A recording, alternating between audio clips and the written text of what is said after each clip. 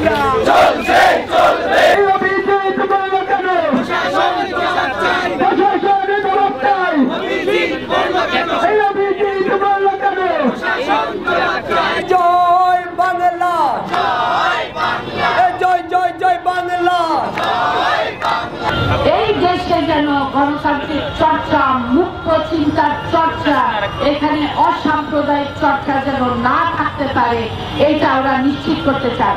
আমরা এটা করতে দেব না, স্পষ্টভাবে বলতে চাই। আমরা যতদিন আমাদের মধ্যে রক্ত আছে, যতদিন আমরা বেঁচে আছি, আমরা এটা প্রতিবাদ করে যাব। আজকে শুধু অভিজিৎ রায়কে হত্যা করা হয়েছে তাই নয়, অভিজিৎ রায়কে হত্যা করবার মাধ্যমে মূলত মহান মুক্তিযুদ্ধের মাধ্যমে অর্জিত বাংলাদেশের যে ধর্মনিরপেক্ষ রাষ্ট্রে পরিণত করবার যে চেতনা, সেই চেতনাকে হত্যা করবার একটি প্রয়াস। তারা বেছে বেছে এমন মানুষগুলোকে হত্যা করছে যারা তাদের এই সাম্প্রদায়িক রাষ্ট্র বিনির্মাণের জন্য, সাম্প্রদায়িক রাষ্ট্রে পরিণত করবার জন্য যারা হুমকি, তাদেরকে হত্যা করা হচ্ছে।